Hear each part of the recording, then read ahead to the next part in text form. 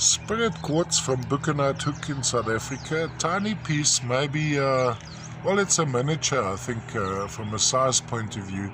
What fascinates me about this particular piece, there's no prominence of any crystallization, yet the typical formation is still there. It's just that tiny, the crystals are all pretty tiny, so the heads are almost all the same. You have a central quartz crystal surrounded by the smaller ones. There you can see the clarity of form. When we have a closer look, there's a lot happening on this guy, and I think this is one of the appeals.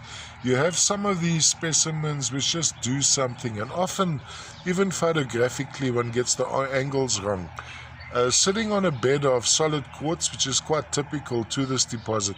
Actually, I believe some of the oldest quartzes on Earth come from this region, Mpumalanga, South Africa, the old Kwandebele, or in this case Kwaggafontein and surrounds, a little hamlet of Buchanite Hoek sitting in that general region.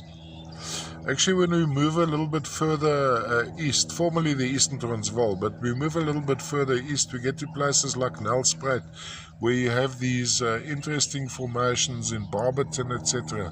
Also, some of the oldest rocks on Earth. Lovely, lovely little guys. So I'm going to move it very slowly so you can see the reflections.